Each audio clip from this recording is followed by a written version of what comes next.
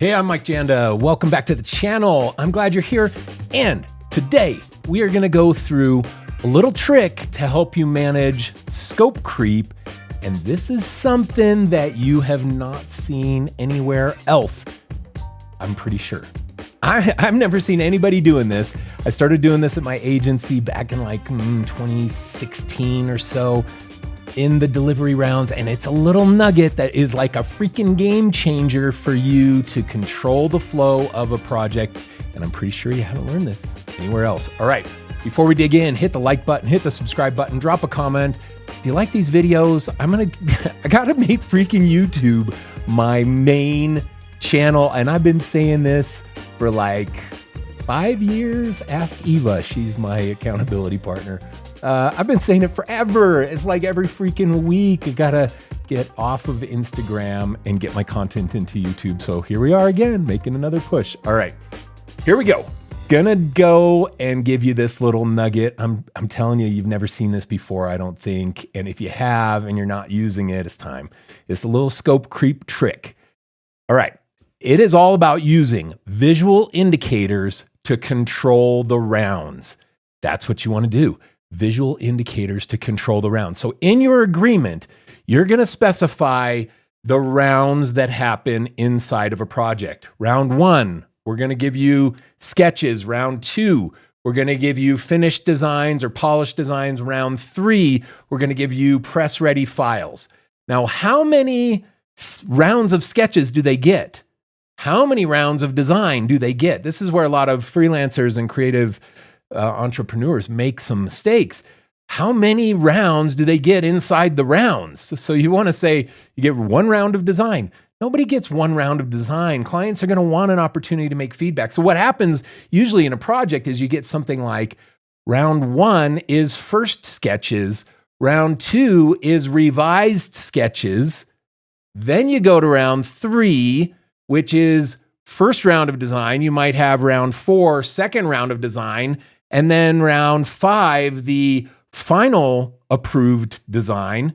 And then you might have something like press ready round 1, client can give feedback, press ready round 2, client can give feedback, just as an example. But you're talking right there, I think I gave you 8 rounds.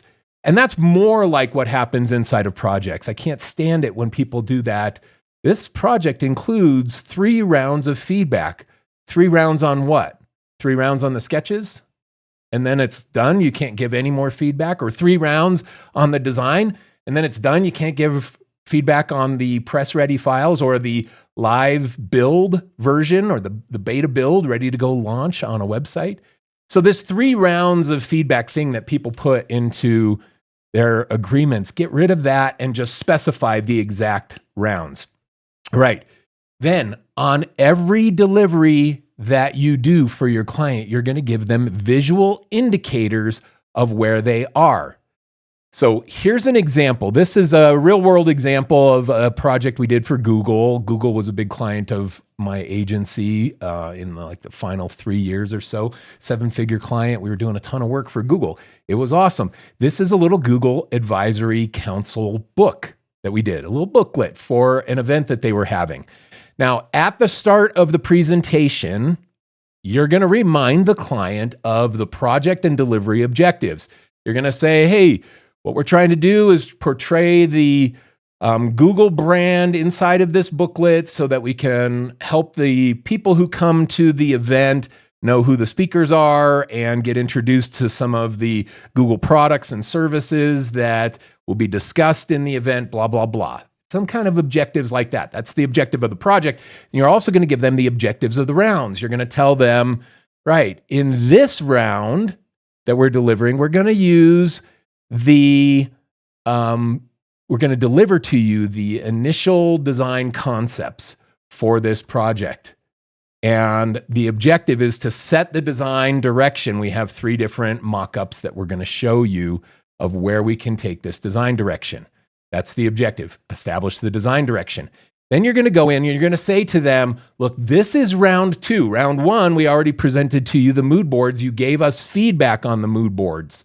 Now we're in round 2, and this is the delivery. You can see it highlighted here in gold. You'll have an opportunity for feedback on this, and then we'll go to round 3.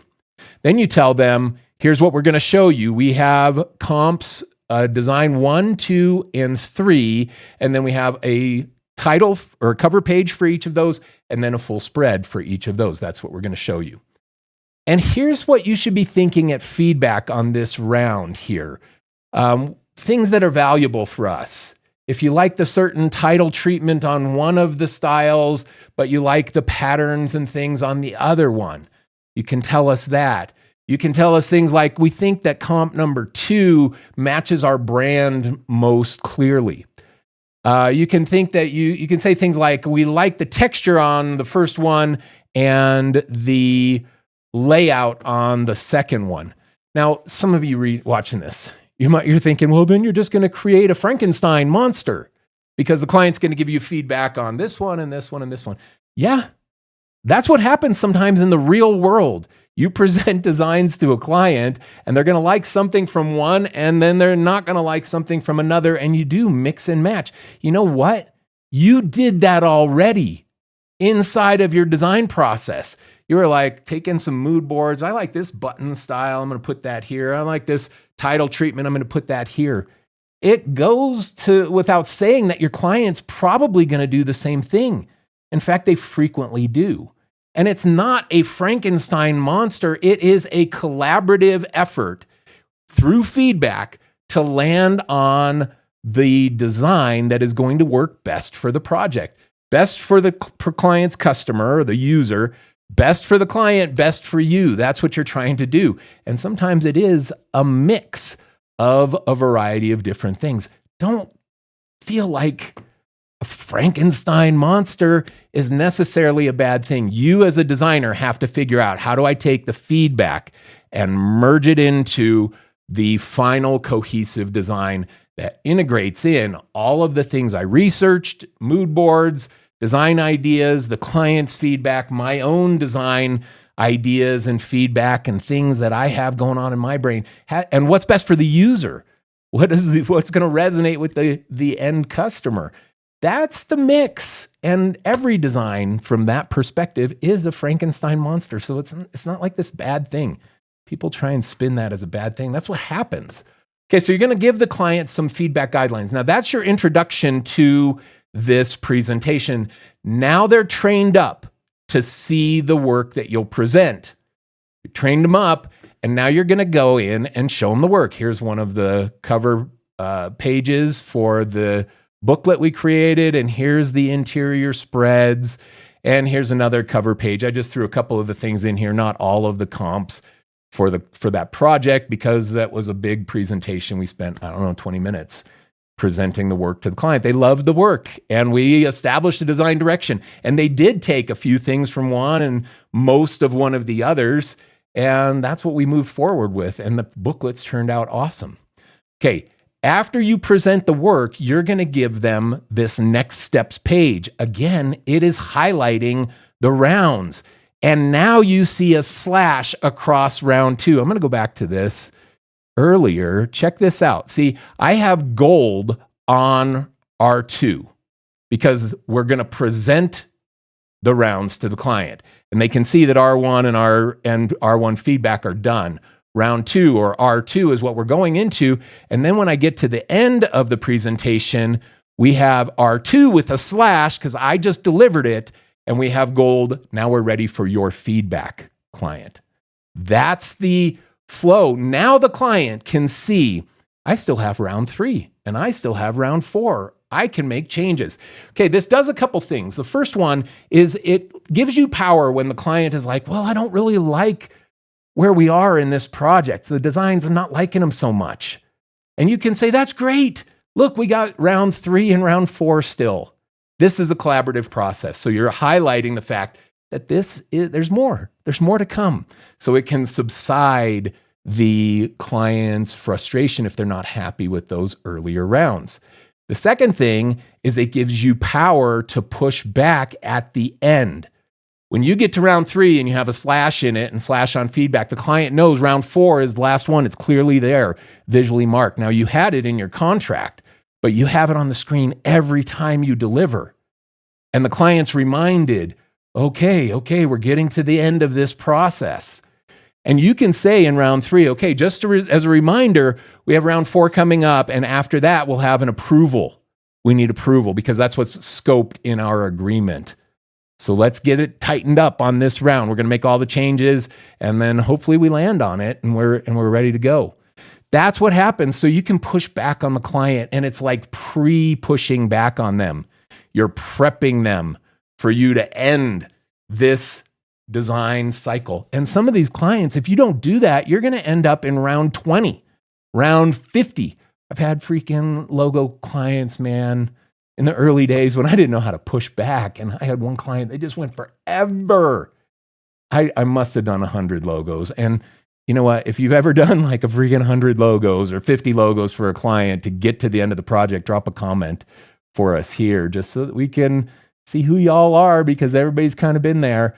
But that's the concept in presenting the rounds. Slash those rounds. It's a constant reminder of what's included in this engagement.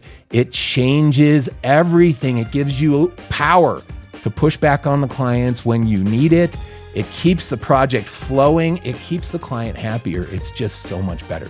Use that little nugget. It's a trick. It's a Mike Janda original. I think I never saw anybody do it before. Maybe there's somebody out there. Maybe somebody learned it from me and then you saw them do it. But anyway, that's the little nugget. That's the little nugget for you to help you control round creep or scope creep inside of a project.